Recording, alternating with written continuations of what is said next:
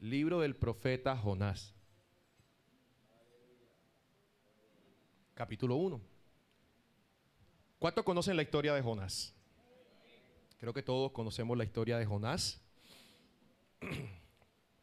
Jonás capítulo 1, versículo 1, dice la palabra de Dios. Vino palabra de Jehová a Jonás, hijo de Amitai, diciendo, ¿qué dijo? Levántate y ve a Nínive, aquella gran ciudad, y pregona contra ella. ¿Porque qué? Porque ha subido su maldad delante de mí. Versículo 3. Y Jonás se levantó para huir a Tarsis y descendió a Jope y halló una nave que partía para Tarsis, y pagando su pasaje entró en ella para irse con ellos a Tarsis, lejos de la presencia de Jehová. Para aquellas personas que de pronto no conocen la historia de Jonás, sabemos que Jonás, como lo acabamos de leer, es un profeta que fue enviado por Dios para pregonar destrucción que iba a destruir la ciudad de Nínive. La ciudad de Nínive no pertenecía al pueblo de Israel, sino que pertenecía al imperio asirio. Fue una de las primeras ciudades y la más grande de todo el imperio asirio. Aproximadamente tenía, en ese entonces, sabemos que es poco el número, pero para esa época, 120,000 habitantes. De hecho, históricamente hablando, algunos historiadores consideran que realmente la gran maravilla del mundo, que eran los jardines colgantes de Babilonia, los que recuerdan allá lo que nos enseñaron, no estaban en Babilonia, sino que estaban realmente en Nínive. Dicen algunos historiadores, unos comparten eso, otros no. Sin embargo, esta ciudad tenía ciertas particularidades que vamos a estar hablando más adelante. Sabemos que luego Jonás, a pesar de haber escuchado la voz de Dios, él decide hacer caso omiso de esa palabra y decide huir. Cosa parecida a veces a algunos de nosotros que escuchamos las direcciones de Dios, ¿cierto? Las palabras de Dios, y a veces hacemos todo lo contrario. Huimos de lo que realmente Dios quiere para nuestras vidas. ¿Qué enseñanza o qué importancia tiene la historia de Jonás? Lo primero es la importancia de obedecer a Dios a pesar de cualquier cosa. Gústenos o no nos guste, nosotros debemos obedecer al Señor. Y la mejor forma de obedecer al Señor es a través de su palabra. Nos guste o no nos guste, dígale a la persona que tiene al lado, nos guste o no nos guste, podemos huir, puedes esconderte, puedes mudarte para otro barrio, pero allá la presencia de Jehová te va a perseguir cuando tú estás marcado con un gran propósito de Dios. El castigo también podemos ver en esta historia, en este libro, de desobedecer a Dios. Yo siempre recuerdo la canción que a veces mi hija la coloca, que me enseñaron en escuela dominical, que dice: Jonás no le hizo caso a la palabra de Dios. Entonces, ¿a qué? Al profundo la gente lo echó, y vino un pez muy grande y ¡plum! Se lo tragó. ¿Por qué no le hizo caso a la palabra de Dios? Allí nos enseñaban en la escuela dominical, ¿cierto?, que por no hacerle caso a la palabra de Dios, vino un pez muy grande y se lo tragó. Esa historia la conocemos bastante. Pero lo que más me interesa es que la misericordia y el perdón de Dios siempre va a estar allí presente. La misericordia de Dios, a pesar de nuestra desobediencia, siempre va a estar presente. Puedes huir, puedes esconderte, pero la misericordia de Dios siempre te va a alcanzar. La presencia de Dios siempre va a alcanzar tu vida, mi querido hermano. Si nosotros analizamos el libro de Jonás, son solamente 4 capítulos y solamente una sola profecía, que era pregonar destrucción para Nínive. Y a lo largo del capítulo no nos dice más nada, solamente cuando nuevamente el pez vomita de su interior a Jonás, nuevamente Dios le dice la palabra: vaya y predique que va a haber destrucción en Nínive. ¿cierto? Este Jonás era oriundo de Gat y ministró durante la época del rey de Israel llamado Jeroboam II, Jeroboam II. Su libro, este libro de 4 capítulos contiene un esquema diferente, totalmente diferente a los demás libros, tanto los profetas menores como los profetas mayores. Sabemos que los profetas mayores, ¿quiénes son? Isaías, Jeremías, Ezequiel, y los profetas menores, Oseas, Joel, Amós, Abdías, Jonás, Miqueas, Nahum, Habacuc, todos estos que están aquí. A pesar de eso, en la Biblia hay otra parte que nos habla de Jonás. Y eso se encuentra en segundo libro de Reyes. Vamos a buscarlo, por favor. Capítulo 14 al 23. Apenas estoy empezando. Ruego a Dios que me alcance el tiempo. Esta es la introducción, mi querido hermano. Todavía no he empezado a predicar. Segundo de Reyes 14, 23. Capítulo 14, versículo 23. El año 15 de Amasías, hijo de Joás, rey de Judá, comenzó a reinar. ¿Quién? Jeroboam, hijo de Joás. ¿Sobre quién? Sobre Israel. Ojo, sabemos que después de Salomón el reino de Israel se divide en dos, ¿cierto? Israel y Judá. Este Jeroboam del que están hablando no reinó sobre Judá. ¿Quién estaba reinando sobre Judá? Amasías. ¿Y quién estaba reinando sobre Israel? Jeroboam II. ¿Y reinó cuántos años? 41 años. Versículo siguiente. E hizo lo malo ante los ojos de Jehová. ¿Quién hizo lo malo ante los ojos de Jehová? Jeroboam. Y no se apartó de todos los pecados del anterior Jeroboam, hijo de Nabat, que también había sido rey de Israel, el que hizo pecar a Israel. O sea, lo que había hecho, él siguió los mismos pasos de ese antiguo rey. Versículo 25. Y miren lo que pasa. Él restauró los límites de Israel desde la entrada de Hamat hasta el mar del Arabá, conforme a la palabra de Jehová, Dios de Israel, la cual le dio el cual él había hablado por su siervo, ¿qué? Jonás, hijo de ¿qué?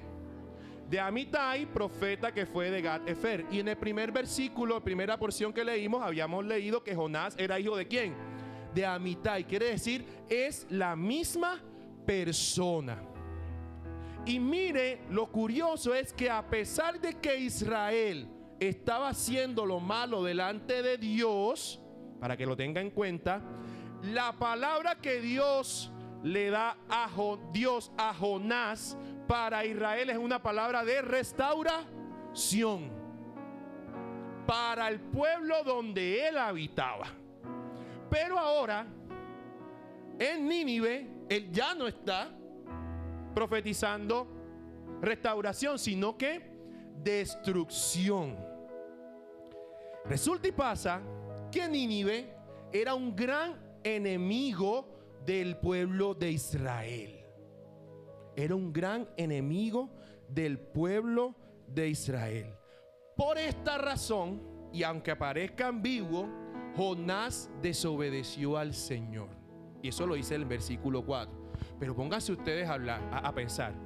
¿Por qué si un pueblo que es enemigo de mi pueblo, Dios lo manda a destruir porque yo voy a desobedecer a Dios? Yo necesito estar alegre.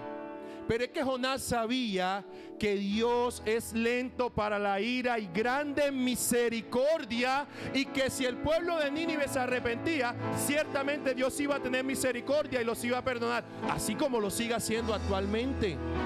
La misericordia de Dios es enorme, eterna. Amén. Su rencor hacia el pueblo de Nínive era demasiado fuerte.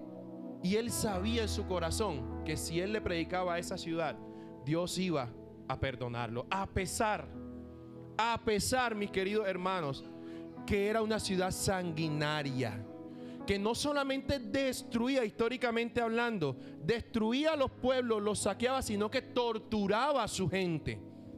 Hermano Carlos, ¿y dónde dice eso? Vámonos al libro del profeta Nahum. Nahum. Eso existe en la Biblia. Ese libro existe en la Biblia. Vamos a ver quién lo encuentra primero. Profeta Nahum. Hay algunos que están buscando en el en el índice. Y es de esos libros que nada más tienen como 3, 4 capitulitos y se pierden ahí entre las hojas. Después de Miqueas, ¿cierto? Miqueas, Nahum. Tiene 3 capítulos. Capítulo 3, versículo 1. Los que tienen en la Biblia, por favor, léanme cómo dice el subtítulo ese que dice allí. ¿Ya lo consiguieron? ¿Cómo dice, hermana Merly? Destrucción total ¿de qué? De Nínive. Es decir, ¿de quién vamos a hablar aquí? De Nínive. Entonces vamos a leer qué dice Dios de Nínive. Ay de ti, ciudad ¿qué? Sanguinaria, es decir, que le gusta matar, ver sangre, ¿cierto? Toda llena de mentira y de rapiñas. Mentiroso, rapiña, es decir, que se aprovecha de los muertos, sin apartarte del pillaje, de los pillos. Versículo 2. Chasquido de látigo. Mire cómo la describe el Señor. Chasquido de látigo y fragor de ruedas, hablando de los carros de guerra. Caballo atropellador y carro que salta. Versículo siguiente, por favor. Jinete enhiesto. Enhiesto quiere decir erguido, orgulloso. Y resplandor de espada. Mire cómo la está describiendo. Y resplandor de lanza. Y multitud de ¿qué? Y multitud de ¿qué? De cadáveres. Cadáveres sin fin. Y en sus cadáveres tropezarán. Versículo siguiente. A causa de la multitud de ¿qué? De las fornicaciones. Ahí hablamos otro tipo de pecado. De la ramera de hermosa gracia. Maestra en hechizo. Hay otro pecado, ¿cierto? Hechicería practicaban los reyes y toda esta gente. Que seduce a las naciones con sus fornicaciones. Es decir, los seduce a la idolatría. Quiere decir eso, a sus dioses. Y a los pueblos con sus encantamientos, con sus hechizos. Mire cómo Nahum describe a la ciudad de Nínive. Una ciudad que definitivamente se merecía la destrucción porque estaba todo en contra de lo que Dios había establecido. Pero hay algo que me llama la atención. Que este Nahum, cronológicamente hablando, fue profeta después de Jonás. Y nosotros sabemos por la historia que el pueblo de Nínive se arrepiente. Ahorita más adelante lo vamos a leer. Pero ¿qué pasa? Vuelve a hacer lo malo. Siguió en sus andanzas. Entonces ya tenemos claro por qué Jonás, además de ser Nínive, enemigo del pueblo de Israel, del reino de Israel, por qué tenía tanto rencor, tanta angustia, porque era una ciudad que había destruido, matado, era sanguinaria. Mire cómo lo describió: chasquido de látigo, resplandor de espada, resplandor de lanza. Eso era lo único que tenía: armas, violencia y destrucción. Y él sabía que eso podía pasar con el reino de Israel si en algún momento Dios lo perdonaba. Ahora vamos a regresar, por favor, al profeta Jonás, capítulo 1. Esa era la introducción, mis queridos hermanos. La introducción era para contextualizarnos un poco. Y yo sé que el Señor va a hablar a tu vida mucho a través de esta palabra. Vamos al versículo 3, por favor. 1:3. Jonás 1:3.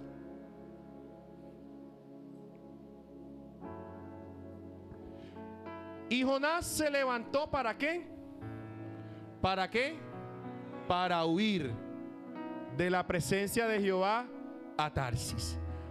Mi querido Jonás se le había olvidado que nuestro querido Señor, nuestro gran Señor, nuestro Dios, era omnipresente. Así que tú que has venido en esta mañana, puedes huir, pero no puedes esconderte de la presencia de Dios. Tú tienes un sello. Si tú aceptaste al Señor, tú tienes un sello y puedes huir. Puedes hacer lo que tú quieras, Arsení. Puedes irte para Tangamandapio. Pero allá el Señor te va a buscar. Allá el Señor te va a buscar. Y aunque pases 3 días en el vientre de un pez, no importa. Pero el Señor hace esas cosas porque te ama. El Señor te ama y tiene misericordia contigo.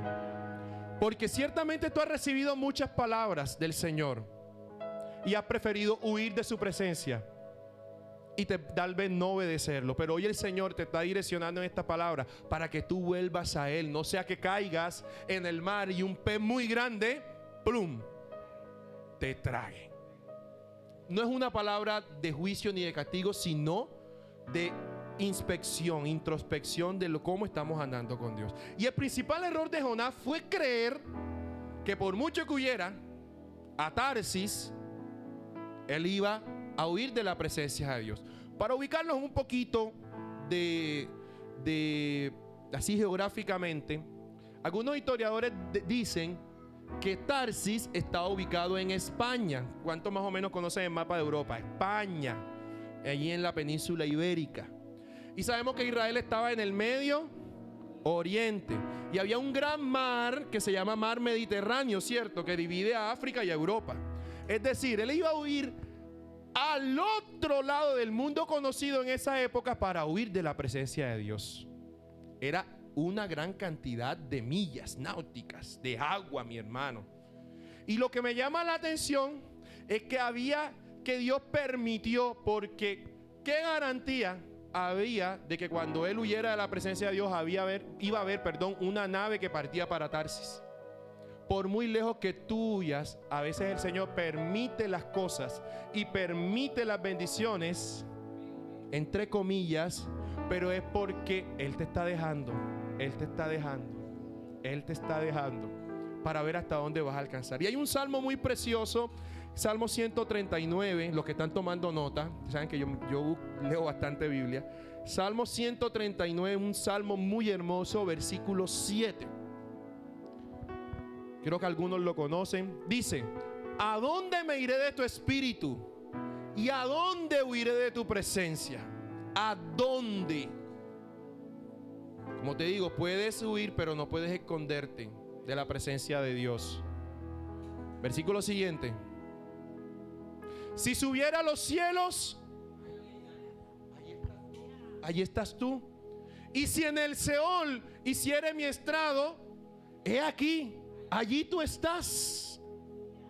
Siguiente versículo: si tomare las alas del alba y habitar en el extremo del mar, como Jonás, aún allí me guiará tu mano y me asirá, me tomará tu diestra. Siguiente: si dijeres ciertamente las tinieblas me encubrirán, aún la noche resplandecerá alrededor de mí. Y versículo 12: aún las tinieblas no encubren de ti. Decir que ni las tinieblas pueden ocultar al Señor, y la noche resplandece como el día. Lo mismo te son las tinieblas que la luz. Es decir, que aunque hagas cosas escondidas con la luz apagada, ahí está el Señor todo lo ve. El Señor todo lo ve. Y mira, tú tienes un gran propósito de Dios. Y sé que de pronto has estado pasando por momentos difíciles, pero el Señor dice: no huyas más de mi presencia. Tal vez has caminado, has intentado seguir al Señor y no ves resultados, no ves un cambio. Ves que de pronto Arsenín, voy a tomar Arsenín porque yo sé que cuando él predica me toma a mí. Tal vez de pronto Arsenín está buscando un cambio perdón, yo estoy buscando un cambio y veo que mi hermano Arsenín está haciendo cosas raras por ahí, y es que era mi ejemplo, y es que era yo me desanimo. No coloques la mirada en el hombre, coloca la mirada en el Señor. Tal vez viniste a la iglesia porque sentiste paz, sentiste gozo, Dios hizo un milagro en ti, pero de pronto ves que las cosas no están andando bien. No te preocupes, porque en el mundo tendrás aflicciones, pero ciertamente Dios ha vencido al mundo, confía en el Señor, pero no huyas de su presencia. Si has pensado en estos días huir, no venir más a la iglesia, no llevar más la etiqueta, porque algunos dicen etiqueta, de ser hijo de Dios, piénsalo bien, porque tú tienes un sello especial de Dios, un sello que nadie puede borrar. Eres propiedad del Espíritu Santo, y una palabra como esta es para darte una gran oportunidad, para darte una gran oportunidad. Gloria a Dios. Siguiendo, sabemos la historia de Jonás. Cuando él se embarca cuando él se embarca, cierto, en esa nave, ¿para dónde? Para Tarsis. Una gran tormenta se armó así, una gran tormenta, un gran zafarrancho, como dicen acá en la costa, en el mar. Y entonces, no, comenzaron a echar suerte para ver por culpa de quién era. Y adivinen sobre quién cayó la suerte. Adivinen, sobre Jonás. Estoy parafraseándole mucho la historia para no demorarme. Y vinieron y dijeron: no, hay que echar a este tipo. Lo echaron y cesó la tormenta. Y cuando él estaba en el mar, vino ese pez que los historiadores y los teólogos dicen que, y los biólogos de hecho dicen que fue una ballena, que puede ser un tiburón ballena, porque son los únicos animales que tienen esa gran magnitud que pueden abarcar un cuerpo humano dentro de su estómago. No, la Biblia no lo dice, pero científicamente podría ser una ballena, ¿cierto? Y estuvo 3 días y 3 noches, ¿cierto?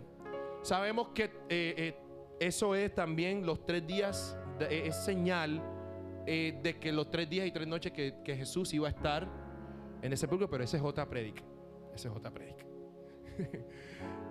Y lo que más me llama la atención es que en el capítulo 2, y aunque no tenga tiempo, vamos a leer la oración que hace Jonás completica en el capítulo 2, cuando él está en el vientre de ese pez.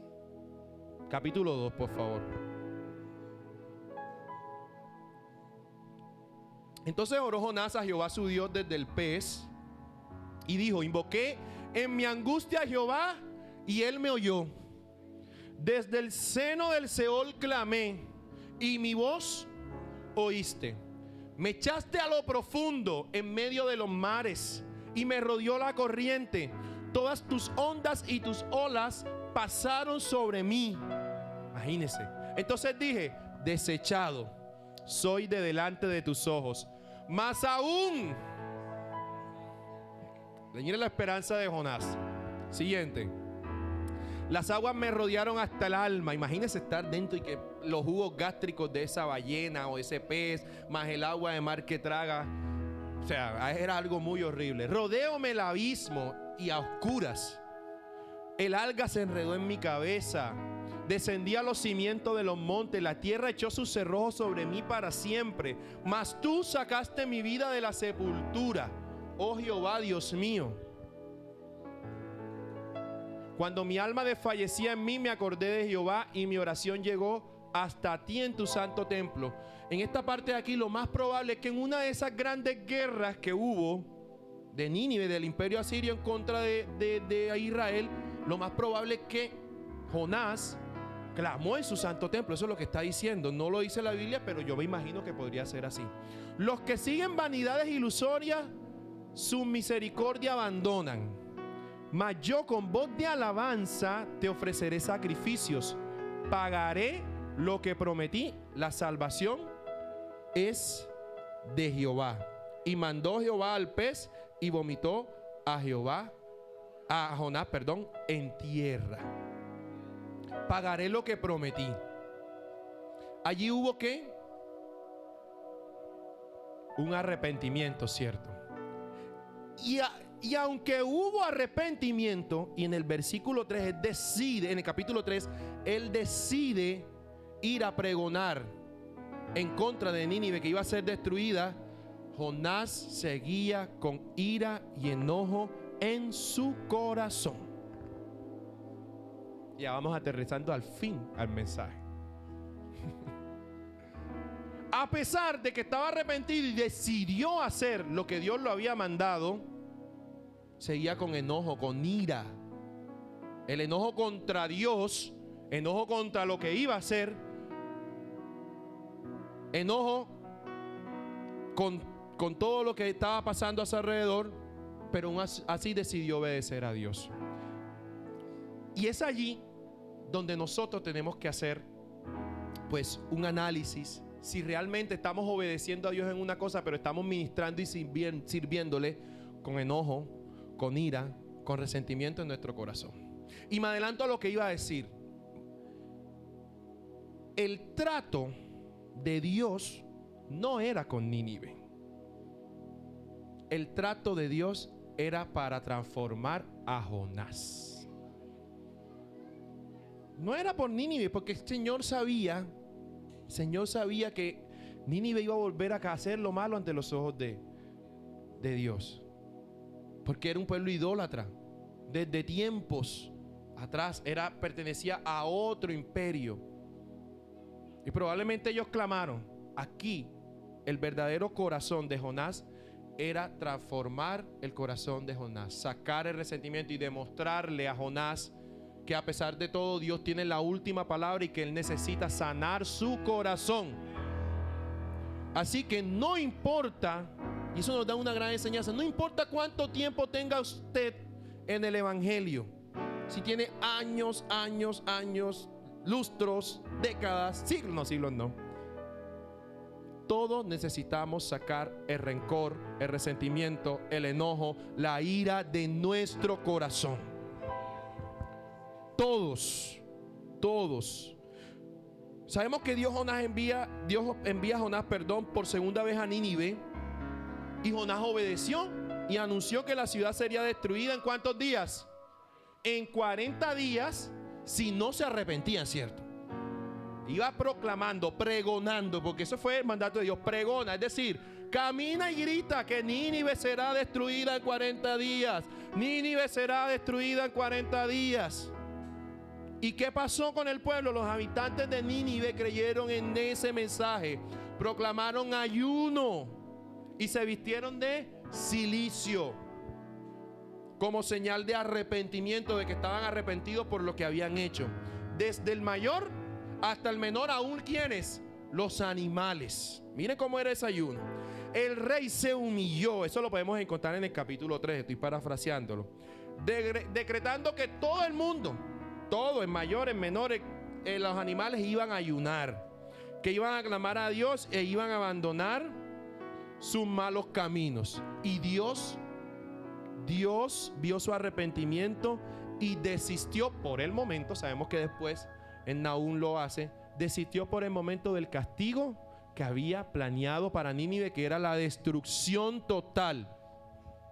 Es más, Nínive quedó tan destruida que fue hace unas décadas que los arqueólogos descubrieron que estaba enterrada, o sea, muy enterrada, es decir, fue raída totalmente de la faz de la tierra. No es como otros que tienen unas ruinas, ¿sí? ¿Han visto las ruinas que quedan? No, eso estaba enterradísimo bajo tierra. Y en el capítulo 4 vamos a leer el versículo 1 al 5. Pero Jonás se apesadumbró en extremo y se enojó. ¿Por qué se enojó? Porque Dios había tenido misericordia y se había olvidado que el mismo Dios tuvo misericordia de él mismo. Y ¿saben qué es lo peor también? Que Dios tuvo misericordia del pueblo de Israel. ¿Recuerdan en Segunda de Reyes que leímos? Del pueblo de Israel, que a pesar de que estaba haciendo lo malo ante los ojos de Dios, Israel no hizo méritos. Israel no proclamó ayuno.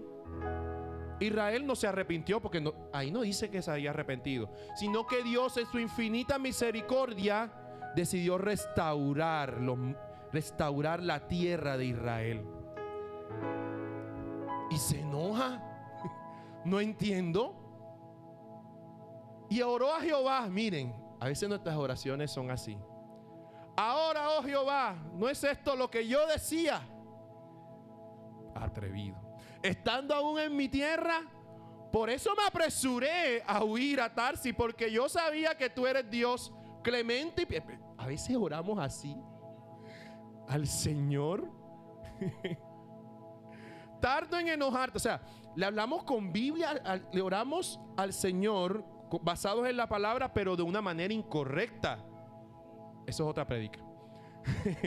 Y de tardo en enojarte y de grande misericordia y que te arrepientes del mal.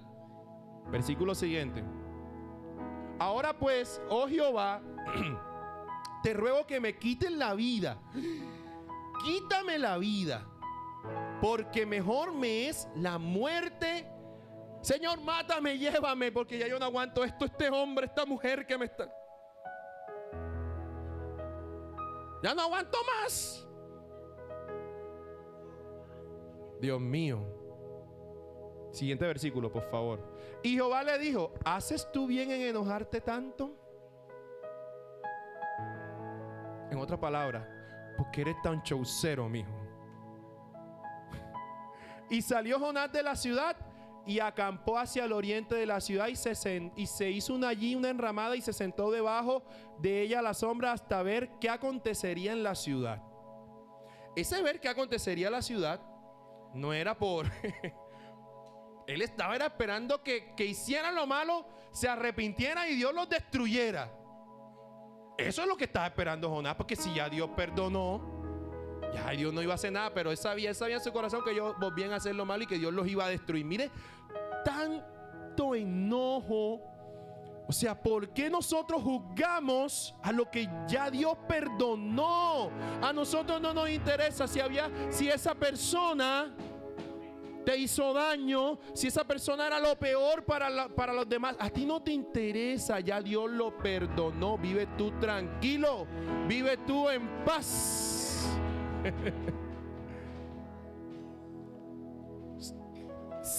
Igualado, Jonás, óigame. Si ya lo que ya Dios perdonó, no tenía que hacer absolutamente nada ahí. Y en los versículos siguientes, para que lo lean en casa, se los voy a parafrasear. Él se acuesta y en una serie de horas Dios hace crecer una ¿qué? Una calabacera, ¿cierto? ¿Para que qué? Para que lo cubriera de ese sol tan inclemente. Recuerden que eso está en Medio Oriente y eso es caliente, eso es caluroso.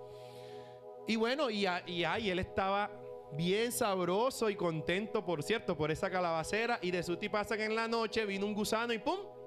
Se la comió. Y adivinen qué, se pone guapo otra vez Jonás. Jonás se puso guapo otra vez. Dios cuestionó y después Dios cuestiona a Jonás sobre su enojo por la calabacera. Imagínense, estaba tan enojado con Dios, con Nínive, que ahora cogió rabia hasta con una simple planta. Dios mío, ¿eso qué es? Y Jonás admitió estar profundamente molesto. No lo leemos para que usted lo lea en casa. Incluso hasta desear la muerte nuevamente. Y Dios le explicó a Jonás que si él sentía compasión por una calabacera que surgió otro día, ¿cómo no iba a tener compasión y misericordia por una ciudad que tenía 120,000 habitantes? Lamentablemente, este libro de Jonás, allí termina. Y dice el versículo 11, 4:11. Lo voy a leer en esta versión. Y no he de preocuparme yo por Nínive, aquella gran ciudad donde hay más de 120,000 personas que no distinguen su mano derecha de su mano izquierda y muchos animales. Allí termina. No dice más nada de Jonás. No dice si Jonás sacó esa ira, ese rencor de su corazón. No dice más nada. La Biblia no habla más nada de Jonás. Pero ya Jonás quedó en el pasado. Ahora estás tú. Diga, ahora estoy yo. Un profeta usado para anunciar la palabra de Dios tenía gran enojo y resentimiento contra un pueblo, contra personas, contra Dios, hasta con una pobre mata. Jonás conocía lo que Dios podía hacer y conocía la naturaleza misericordiosa del Señor. Y hoy el Señor te dice en Salmo 37, versículo 8, Salmo 37, 8.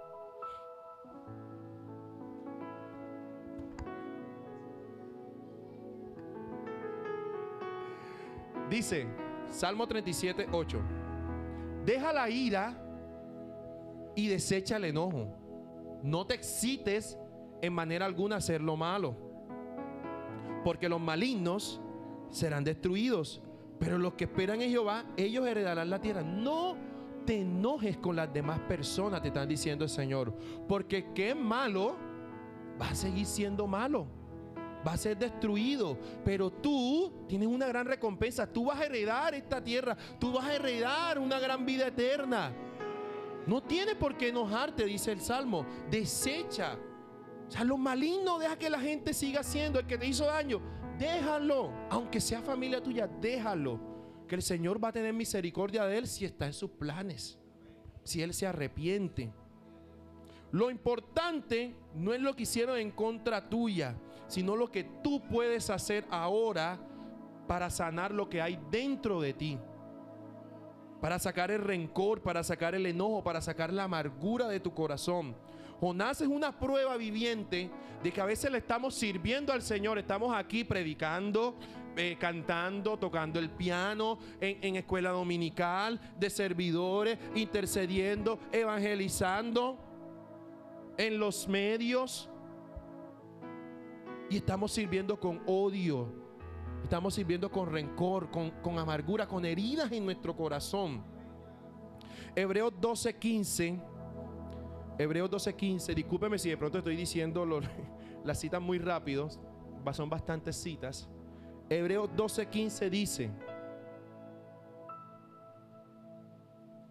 mirad bien, no sea que alguno deje de alcanzar la gracia de Dios, que brotando alguna raíz de amargura os estorbe, y por esa raíz de amargura muchos sean contaminados. Miren bien, no diga que eso es con María José porque ella está amargada. No, ella no tiene la culpa. Mira bien dentro de tu corazón. Solamente 15. Regresemos al 15.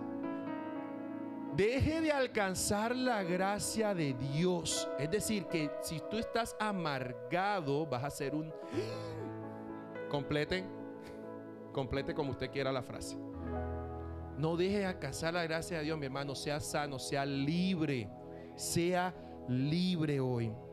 Y al inicio de este año, viendo una prédica, un mochito de una prédica, una palabra de un pastor, una frase que allá yo lo sabía, pero eso impactó tanto mi vida, de Dante Gebel, que decía que hay heridas, que cuando usted tiene una herida, se hace una herida y usted la tapa y no hace un proceso curatorio, esa herida se pudre, se infecta.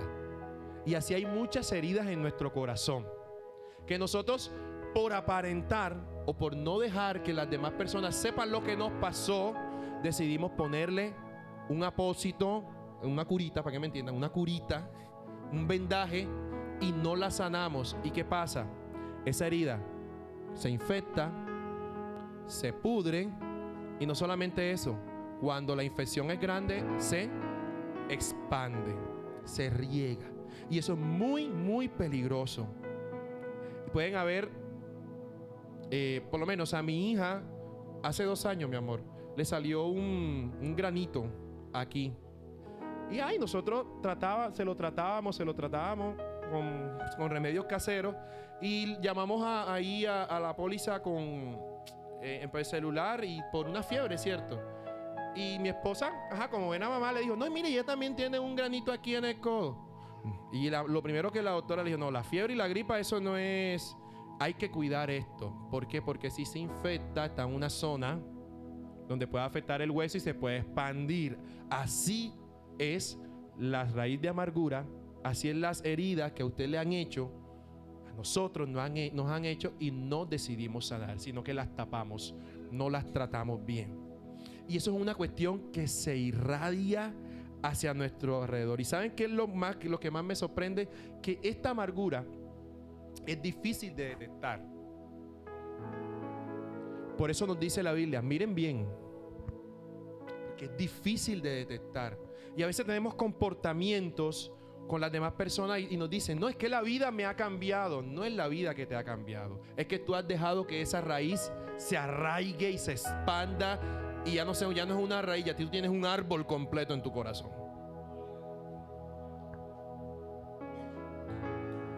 Entonces miremos bien como dice la palabra de Dios.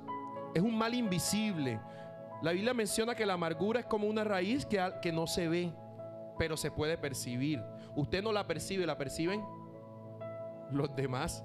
Generalmente no nos damos cuenta que algunos de nuestros comportamientos y conductas se deben a esos motivos, esas causas que aún desde la niñez nos están hiriendo, nos están allí. De pronto tú has sido marcado porque tuviste un padre que te maltrataba, una mamá que te abandonó, un papá que te abandonó, una mamá, un papá que no conociste. Y eso de pronto ha determinado muchas de tus conductas.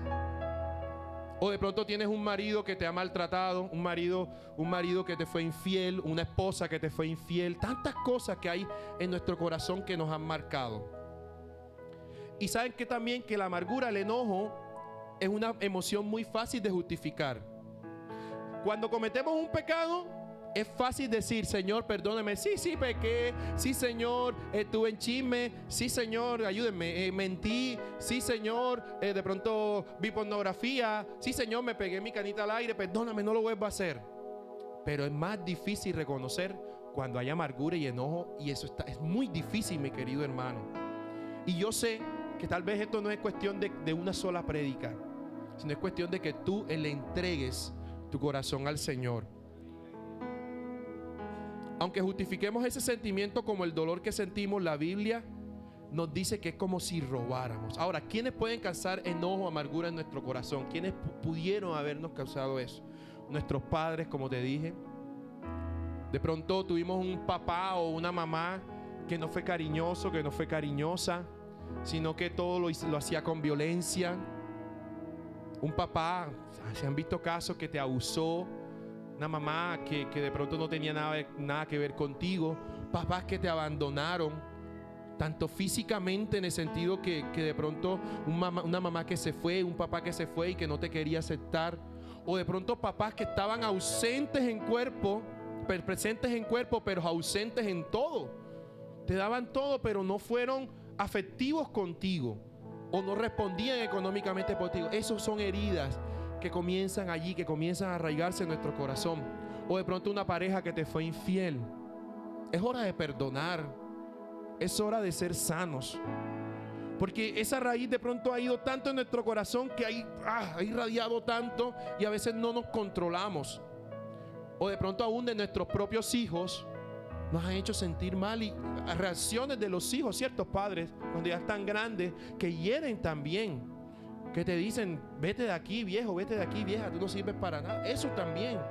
O algún familiar, alguna persona que te decía, eres un bueno para nada, tú no sirves, te colocaban defectos físicos, tantas cosas. Alguien de la iglesia, a todas las personas que han sido y los que están viendo heridas por alguien de la iglesia, hoy pido perdón. Pido perdón por todas esas personas que te hicieron daño, porque no es la iglesia. Tal vez esa persona herida también hirió, porque una persona herida siempre va a herir. Así que perdona. No es Dios que te hizo daño, fue una persona herida que no fue sana.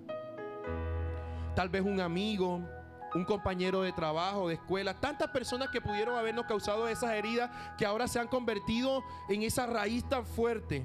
Ahora mi enojo, mi amargura, mi resentimiento, llámelo como usted lo quiera llamar, impide que la persona entienda realmente el propósito que tiene Dios en una determinada situación. ¿Sabe eso? Así como no lo entendió Jonás, el propósito nunca fue Nínive.